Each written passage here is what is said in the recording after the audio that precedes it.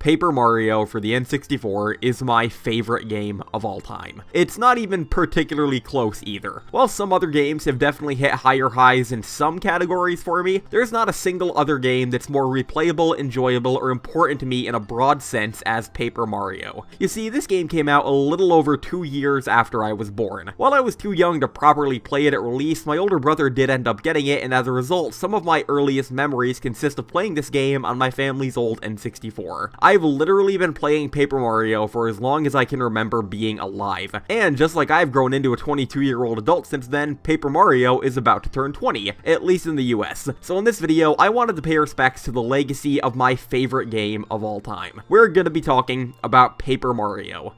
Everything about Paper Mario. We're going to talk about its development history, its story, its music, its gameplay, its structure, its chapters, its side quests, the whole 9 yards. Let's discuss why Paper Mario is my favorite game ever made. Despite now being a ubiquitous and iconic game that spawned a successful and beloved side series, Paper Mario's origins are a bit more complicated than you might believe. It was initially slated as a sequel to Super Mario RPG for the SNES, with Square being approached as a developer. Square ended up declining the offer, assumedly to work on Final Fantasy VII, leaving Intelligent Systems as the game's developer. Intelligent Systems you might know for their earlier work on the Fire Emblem and Nintendo Wars series. Shigeru Miyamoto served as a consultant and producer on the game and wanted it to appeal to amateur gamers. It was the team's goal to develop a game that was accessible to all kinds of players while also being engaging for core RPG fans. The game's story was kept deliberately simple, both to allow more focus on other aspects of the game and to make the game appealing to a general audience. Doubly so, as they felt a more serious story would clash with Mario's image. The battle system took particular focus during development, as the team wanted to mimic the progression and depth of a traditional RPG without equipable weapons or anything like that. They eventually settled on the action command system to keep the battle-to-battle gameplay engaging, and the badge system to allow for tangible progression throughout the story. After a 4-year development cycle, Paper Mario was released in Japan in summer of 2000, with it hitting overseas stores a few months later in 2001. It released just before the Nintendo GameCube in these regions, and was actually the last Mario game released on the N64 in Australia. Despite this, the game managed to sell well and reviewed even better. Critics lauded its charm, art style, music, and battle system, though some criticized the title of Paper Mario, saying that the game didn't do enough with the paper motif to earn the name. A fair point, especially considering how hard later games in the series went with the paper theming, but the game wasn't even called that in Japan. Over there, it's known as Mario Story, a name that plays more off of its storybook presentation than its paper art style. The game's story is relatively simple by RPG standards. During a party at Princess Peach's castle, the castle and all of its inhabitants are lifted into the sky, with Bowser's castle resting below them. Bowser then appears, challenging Mario to a fight. To the shock of everyone, Bowser reveals the Star Rod, a magical item capable of granting wishes, says that he's stolen it, and makes himself invincible. He then trounces Mario and blasts him out of the castle, effectively kidnapping all of the inhabitants and setting the game in motion. I feel like this part of the game in particular is slept on. A Mario game in 2001 opens with Bowser handily defeating Mario and presenting seemingly impossible odds to defeat him. It's a really shocking moment when taken into context and a great way to begin the game in my opinion. Mario lands, beaten and broken, and is visited by the Star Spirits, the owners of the Star Rod that Bowser stole and inhabitants of Star Haven. Having been captured by Bowser as well, they use their remaining power to rejuvenate Mario and place the fate of the kingdom in his hands. Mario is then saved by a family of friendly Goombas and sets out on his quest, being joined by Goombario, the young son of the family that rescued him. He finds out through a visit to the Dream Lake Shooting Star Summit that, to defeat Bowser, he has to travel across the land and save the 7 Star Spirits, whose power can be used to get over Bowser's invincibility. Meanwhile, Princess Peach is still being held captive in the floating castle, hoping that Mario's okay. She's quickly visited by a young star named Twink, a name that's just aged so well, who offers to help her and Mario save the kingdom. Despite his comparatively weak magical strength, he still offers to help, and throughout the game, he provides essential intel about the locations of the Star Spirits by ferrying the information from the castle to Mario. From here, the story becomes much simpler, with Mario exploring the Mushroom Kingdom and beyond to rescue the Star Spirits, solving challenges, helping locals, and meeting all sorts of characters while recruiting partners and leveling up along the way. While the game's story itself is pretty bare bones, the actual structure of the game and its chapters go a long way in not making the game drag. Each chapter, with a few exceptions, basically follows its own 3-act story structure. Mario will arrive in a new location, get a lay of the land and the situation, familiarize himself with the locals and their problems, and help them while working towards recovering the Star Spirits. Every chapter feels like its own mini-adventure, with the Star Spirit acting as the finish line. In one, you'll be helping a tribe of friendly boos deal with a monster that's been terrorizing them. In another, you'll be framed for murder and have to clear your name, and a third, you'll be rescuing lost Yoshi kids. The game's pacing and structure are amazing, and it never feels like a chore or like it's dragging. I also really appreciate the Star Spirits themselves. While their individual personalities might not be much, just having your MacGuffin of the week be living things that you can interact with goes a long way in adding to the game's personality. The writing is also really enjoyable. It's not as witty or blunt as the Thousand Year Doors, but there are some genuinely entertaining moments. I love how in the Boo chapter, they specifically name drop 2 boos as Herbert and Stanley. Another example is the fight against Junior Troopa at the end of Chapter 5. He follows Mario throughout the game as a recurring boss, usually fought after completing a chapter, but at this specific instance, he swims to and from the island that Mario spends the chapter on, tiring himself out. This causes him to have to fight at half HP. He even questions why he didn't just use his wings. This is a great gag and the kind of humor this game excels at. I also like how Bowser is characterized. He's presented as a typical brute, but shows hints of goofiness and childishness throughout the story, like when he gets upset that he can't compete at the game show at the beginning of Chapter 6. Despite this, he's not a full-blown joke villain yet, and is still plenty threatening as a main antagonist. Lastly, the partners and side characters are great. While they're not as expressive as TTYD, they're amazing and interesting in their own ways. For instance, Bo is a typical bratty Ojo, complete with ribbons on her head and a smug laugh. Lackluster is a wannabe tough guy who prefers to go by Spike, and there are many more examples. They're all interesting and unique and provide a great feeling of companionship throughout the game. The NPCs are great too. They bring a lot of character to the game as well as carrying most of its humor. The Koopa Trolls of Bowser's Castle are portrayed as cowardly nerds despite their tough exterior. The Boos in Gusty Gulch are headstrong and brave, and Colorado. Just Colorado. A pitch-perfect parody of Indiana Jones while also being a genuinely likable ally. He's presented as overly confident in himself, but more in a self-assured way than an arrogant or unlikable way. He really thinks he's this great adventurer when in reality he's just a doofus. He even tries, albeit in vain, to help you during the boss fight against Lava Piranha. He's great, just like most of the side characters. Assisting in the game's overall charming tone is its music. If I had to use one word to describe Paper Mario's OST, it'd be catchy. Pretty much every piece of music has a recognizable melody and beat, and most of them are complete earworms. Despite this, they all match the tones of their individual areas and context amazingly, providing an incredibly varied and memorable score. Some of my favorites include the music that plays when you're about to fight a mini-boss, Shiver Valley's theme, which is just a bop, and the gorgeous Shooting Star Summit, a slow, trance-like tune that hits all of my nostalgic points.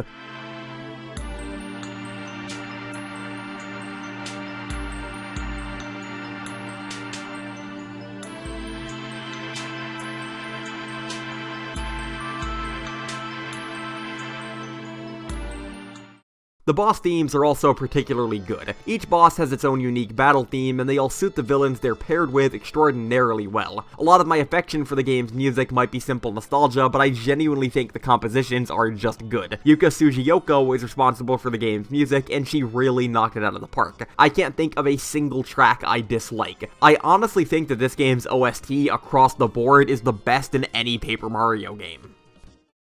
And while we're on about music, let's talk about the game's art style. It's obviously an important part of the game's identity, after all. Paper Mario's graphics are unique in that they're rougher and more primitive than the cleaner TTYD and Onward look, but they've still aged exceptionally well. A lot of the character sprites, while a little bit blurry, still look good, and a lot of the environments are vibrant and eye-catching. You could argue that a lot of them are too blocky and primitive, but counter-argument, it's Paper Mario. The blockiness adds to the aesthetic. Everything looks like a paper craft or a pop-up book. In my opinion, despite not looking as good as TTYD, this is a game that'll never ever look truly bad. I'd rather have a stylized art style that ages well than a realistic one that doesn't. The game might be a bit rougher than TTYD, but in my opinion, that's part of its charm. It gives the game more of its own identity. Anyways, we've talked enough about the game's presentation and story. Let's get down to gameplay. Paper Mario is unique in that it blends a traditional JRPG with Mario's signature platforming elements. Outside of battle, you'll be traversing the world, talking to NPCs, hitting blocks, jumping gaps, and using your partner's unique abilities to traverse specific terrain. You have 8 partners in the game total, and they all provide essential help in both battle and in the field. Goombario can offer input on the area and characters around you, as well as give you the rundown of bosses' attacks, health, and stats. Cooper can be shot in a shell to pick up out-of-reach objects and hit all grounded enemies in battle. Bombette can blow up cracked walls and obstacles and hit enemies hard with her explosions. Parakarry can carry you over small gaps and hit for surprisingly big damage. Bo can turn Mario temporarily invisible and is the best partner to use in battle against enemies with no defense. Watt can illuminate dark areas and hits through enemy defense at a flat rate while also powering Mario up. Sushi can float Mario across water and provide both AoE damage and defensive boosts. And Lackluster can carry Mario across hazardous terrain and boost his speed. The partners add a lot to the game, both in and out of battle, and serve to make the game a lot more complex than it would be otherwise. You can also upgrade them, increasing their stats and earning them new abilities, which I didn't do at all for Goombario in my own playthrough. Sorry, little guy. The game generally isn't as fast as a traditional Mario game, and the platforming is much simpler, but there's still a decent amount of fun to be had in the overworld. Your partners go a long way in varying things up, and you have access to the amazing Spin Dash. Borrowing a page from Sonic, Mario can spin forward, increasing his speed and travel distance in short bursts. I spend most of my playthroughs doing this, which makes you wonder why it was removed in later Paper Mario games. Out of battle is one thing, but in battle is where Paper Mario really gets interesting. This game is a traditional turn-based RPG with players taking turns performing actions with both Mario and his partners before allowing enemies to go. It seems pretty simple, but there is a lot of hidden depth and complexity. For one are Mario's options. You can jump on enemies or use your hammer for direct damage. Your jump hits for big damage and can hit airborne enemies, but leaves you vulnerable to enemies with either spikes or special properties like fire or electricity. Your hammer hits at a flat, high damage rate and hits through spikes and special properties, but can't be used on airborne enemies and can only be used on the frontline enemy in a formation. As far as these formations go, you'll be fighting enemies in up to groups of 4, with your strategies needing to adapt to the types of formations you face. You can also use items to both buff yourself and damage enemies, but can only carry up to 10 at a time. Plus, after Chapter 1, you earn access to star powers. These are essentially super moves offering things like healing, debuffs to enemies, and screen-wide defense-piercing damage. As you play through the game, you'll also earn upgrades to your jump and hammer, powering them up, changing their animations and timing, and also earning you a new ability in the overworld.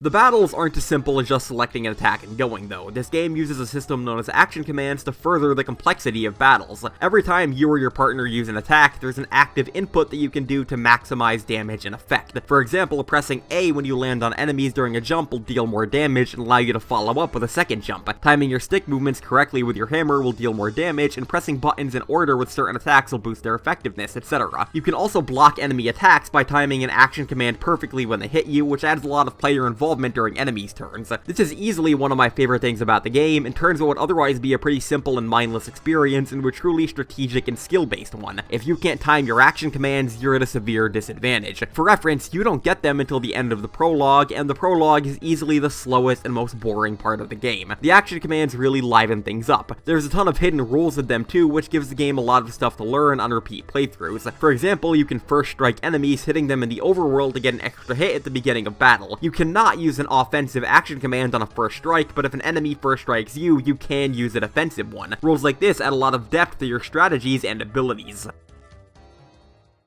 These abilities aren't free though. In addition to HP, you also have 2 other stats to keep track of in battle, FP and Star Power. FP, or Flower Points, is basically this game's equivalent to MP in a traditional RPG, and is used whenever you decide to use a special attack. The bigger the attack, the more FP it usually uses. If you have too little, you can't use certain abilities. Star Power determines how much you can use your star attacks. It's only recovered either on level up, visiting an inn, or very slowly in battle, so it's best to conserve it unless absolutely necessary. You also have Star Points, which are your EXP. You earn star points for defeating enemies and level up upon obtaining 100. You're then healed to full and can also allocate a permanent boost to either your HP, FP, or BP. How you build your Mario is entirely up to you, which helps in the game's replayability. You'll also start progressively earning less and less star points from weaker enemies as you level up, which is a really nice and tangible way for the game to communicate that you're starting to overlevel. The game's progression is really consistent and balanced in general, so you should never need to grind. Overall, the key to Paper Mario's combat is maximizing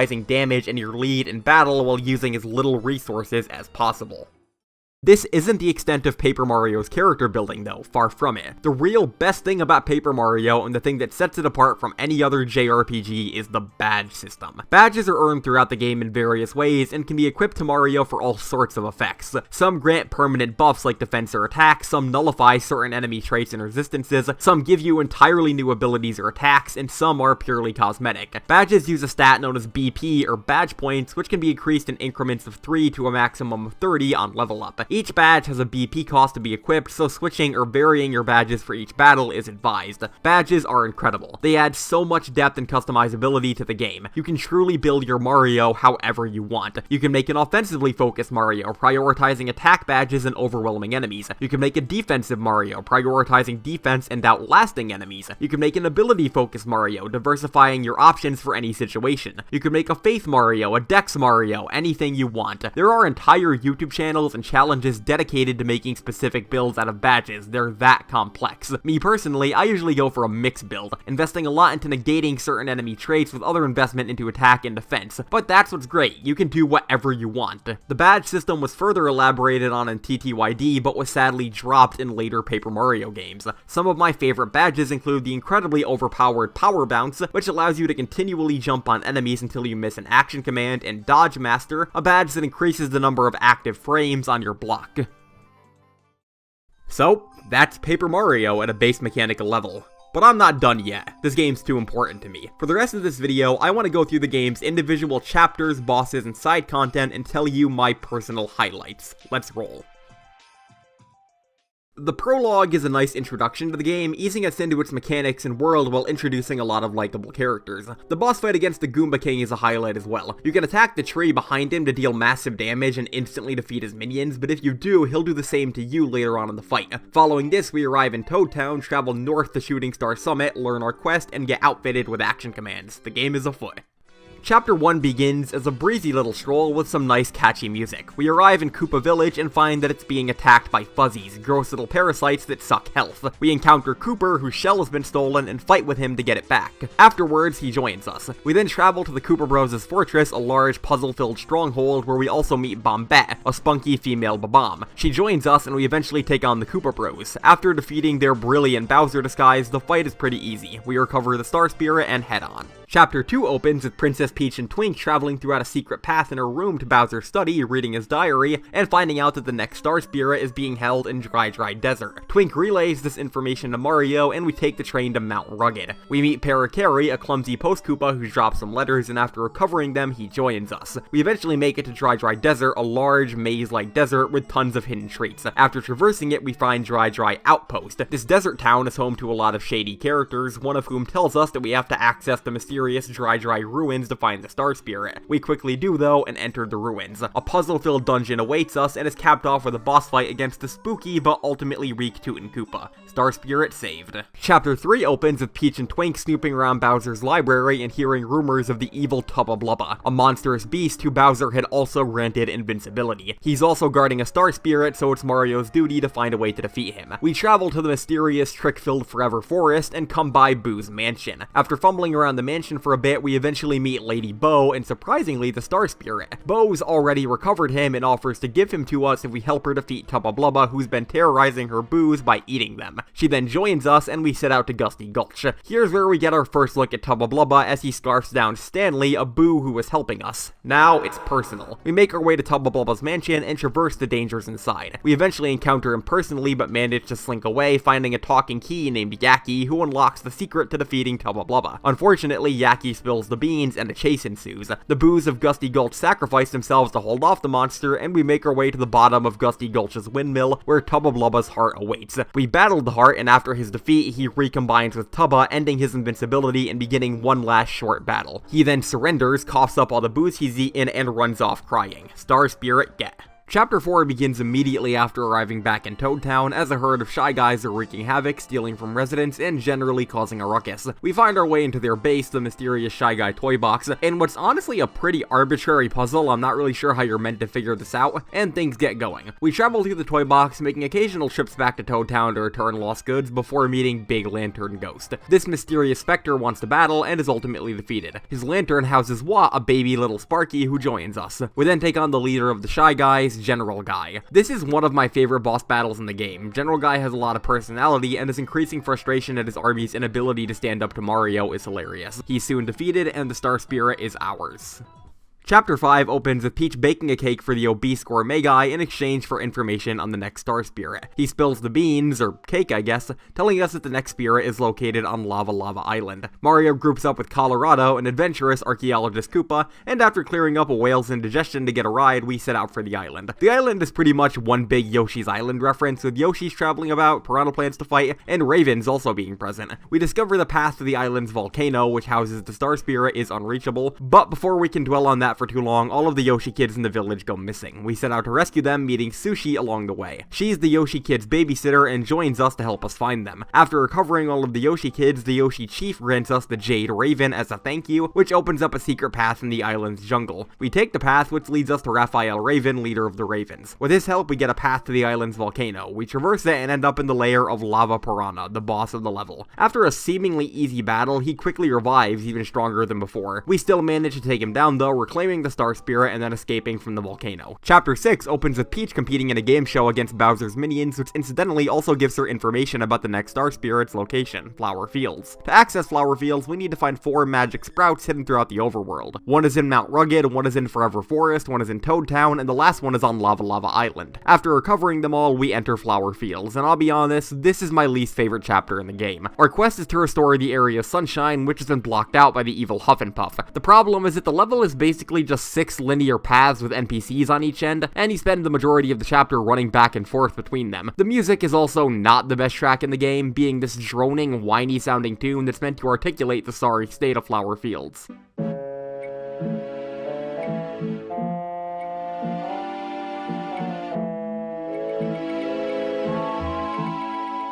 I still like this track, especially in context, but it kinda wears after a while. Luckily, after we recover the area's sunlight, things pick up. The music gets much more cheerful, and we recruit Lackluster, a wannabe tough guy Lakitu, after his girlfriend urges him to help us. We then take to the clouds and battle Huff and Puff, who's honestly one of the coolest and most difficult bosses in the game. We still defeat him though, reclaiming the Star Spirit. Chapter 7 begins with Peach earning access to a magic parasol, which allows her to take the form of enemies. This is a pretty cool mechanic, especially for Peach, but this is sadly the only time in the game we get to use it. Afterwards, Mario sets out to Shiver City, or as I like to call it, Cold Place. Full disclosure, this might be my favorite chapter in the game. It begins with Mario attempting to meet Shiver City's mayor, only to find him seemingly dead and being wrongfully accused of his murder. We then set out to clear our good name, and discover that the mayor was simply unconscious. With our good name cleared, we set out to Starborn Valley, where we learn that we have to access the Crystal Palace to find the Star Spirit. After obtaining the means to do so, a scarf and a bucket, we enter a tunnel and are immediately hit with one of the best music tracks in the game.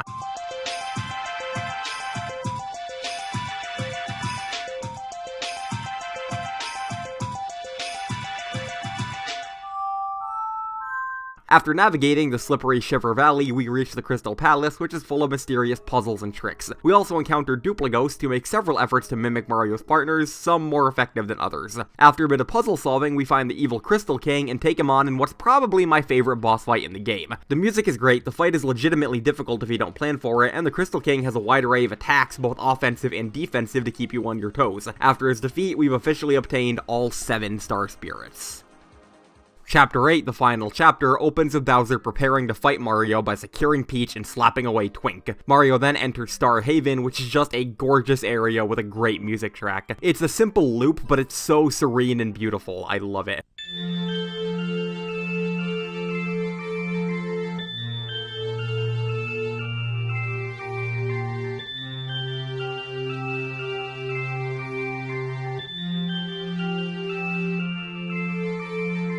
The Star Spirits outfit us with Starbeam, an ability capable of removing buffs from enemies, including Bowser's invincibility, and send us on our way to Bowser's castle. This is a great final dungeon. The enemies are numerous and strong, there's plenty of difficult mini-bosses, and you get a chance to use pretty much every partner's abilities. This leads to our penultimate fight against Bowser, where we put Starbeam to use. After beating him once, he takes Peach and flies off. We give chase and eventually land at his final area, a large floating machine that serves to further amplify his power. Starbeam is now useless and things look bleak. That is, until Twink returns.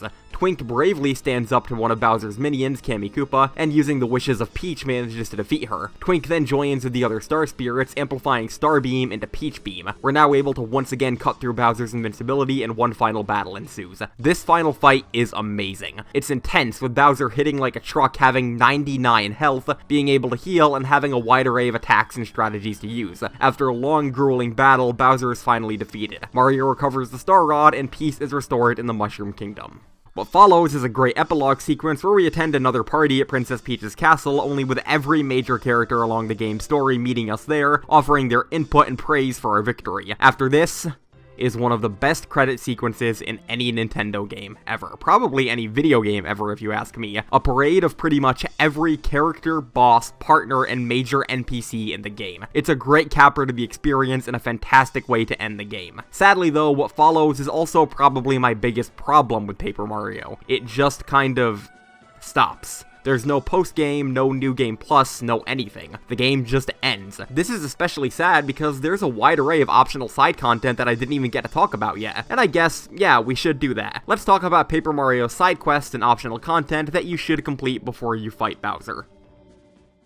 Before we even get into side quests, there's a lot of optional flavor stuff in this game that adds a lot to its character. We can return to Mario and Luigi's house at any point, read fan mail from various characters we've met throughout the game, and some hate mail, and even access Luigi's secret basement where his diary is hidden. This diary is especially funny as it makes references to past Mario N64 games and might even allude to Luigi's Mansion. It's pretty cool. We can also go to the Toad Town post office to read letters to all of our partners from both NPCs and characters who don't appear in the game otherwise proper. Aside from that, the most prominent side quest in the game is definitely Koopa Coots. This old Koopa will offer you a decent number of individual mini quests for you to do, usually rewarding you with either 1 coin or 3 star pieces, which can be traded for badges. Most of these quests involve either obtaining or delivering an item for him, and in a similar vein, there's the letter quests. Throughout the Mushroom Kingdom, there are a ton of letters lying around that can be picked up and delivered to certain NPCs when you have Parakarry as your active partner. One of these letters begins its own long, game-wide fetch quest that can't be completed until Chapter 7. There's also the radio in Koopa Village, which you can listen to participate in a special minigame. The recipe quest also exists, where you can have Tasty, a chef in Toad Town, cook you a wide variety of useful items. Chuck Quizmo is here as well, a worm-like showman who will appear at random points and offer you mini quizzes in exchange for star pieces.